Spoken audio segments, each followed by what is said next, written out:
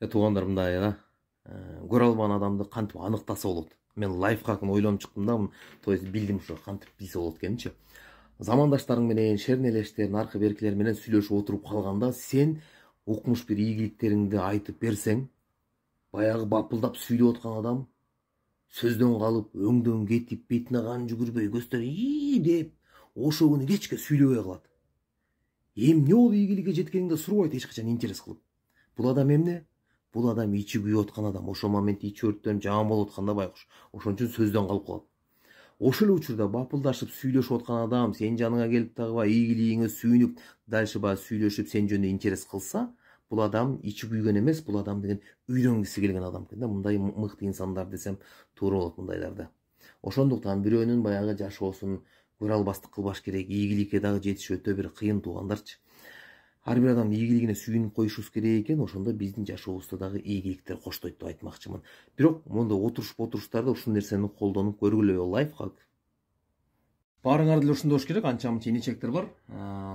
Сүрөт жөнөтүшүп, могу кызды алайын деп атам, кандай экен, тиги бул суроолор берет. Анча мынча психология жагын изучать эткем мен, эми алардан каранды көп жашап билебиз дегендейчи.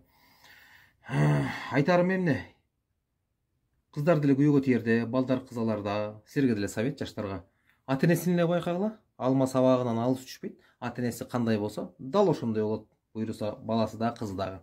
Анан эң баягы чоң аталарыбыз айтып келген тектүү жердин балдарын, кыздарын карагыла депчи. Эң туура бул. Тектүү десе азыркылар ойлойт экен бул бай депчи. Жок, байлардын арасында да келесо чурбандар да толтура. Тектүү кандай? Булар маданияттуу адамдар, интеллигент, үй билет, уурусунан бери чоң ата, чоң энеси бүт ошондой. Окуган, чокуган, илимдүү, билимдүү, эл арасында барктуу, даңктуу, нарктуу, мындай айтканда маңыздуу, мазмундуу инсандар да өтө. Ошолордун балдары тектүү болуп айтылат. Алардын балдары менен ажырашуу, паштыштоо болбойт.